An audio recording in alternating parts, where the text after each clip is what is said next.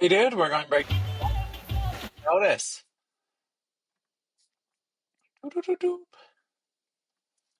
So we'll watch through it for a little bit and see what we can notice. You're asking if you're too tall, have enough bend in your legs, so that's going to be the main thing we pay attention to.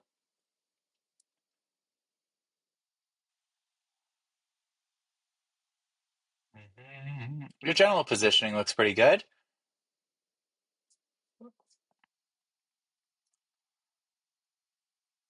Let's go and break down these turns. Are probably the best. So, you're getting a little bit of heel side chatter here. I'm not sure if you're doing that intentionally to slow down or not, but we'll break down why that's happening really quick. As you go and turn Ooh, lost footage.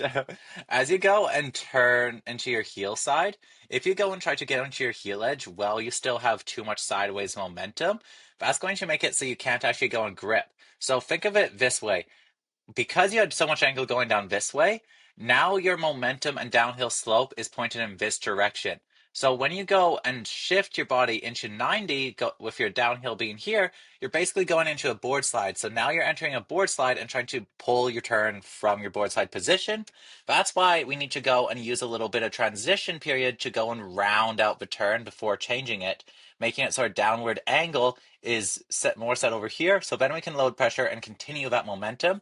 Because if you just try to go zigzag and change momentum, you're going to be going and entering a side slip, and it's going to be too much friction, too much grip to really go and get a turn out of that.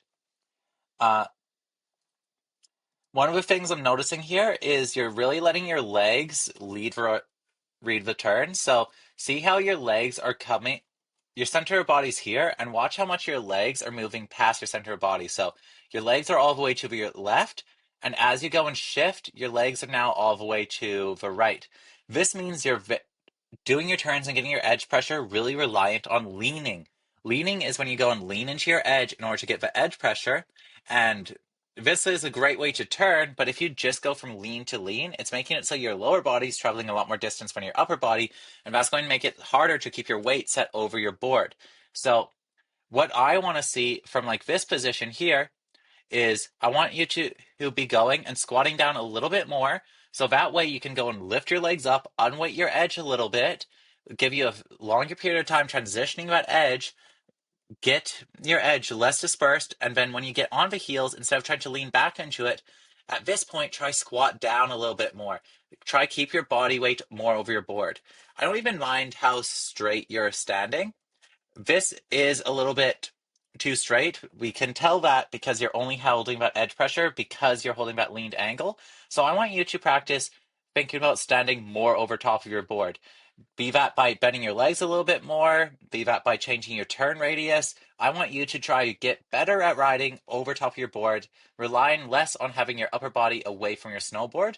You can still turn like this. This is still a great way to turn, a great way to navigate, but we want to add tools to the bag. And the first tool we want to add to it is getting in a comfortable position where you can hold a bit of edge pressure on your heels and toe edge while staying more stacked over your board. And we do that by adding more bend in the leg, letting the or body come over, finding a natural stance. So you still are trying to find a stance you feel comfortable in, you could ride in all day, but has you more shifted over your board with a little bit of edge pressure still. So go work on that, try that form out, and let me know how it goes, and let me know when you're ready for the next piece of advice.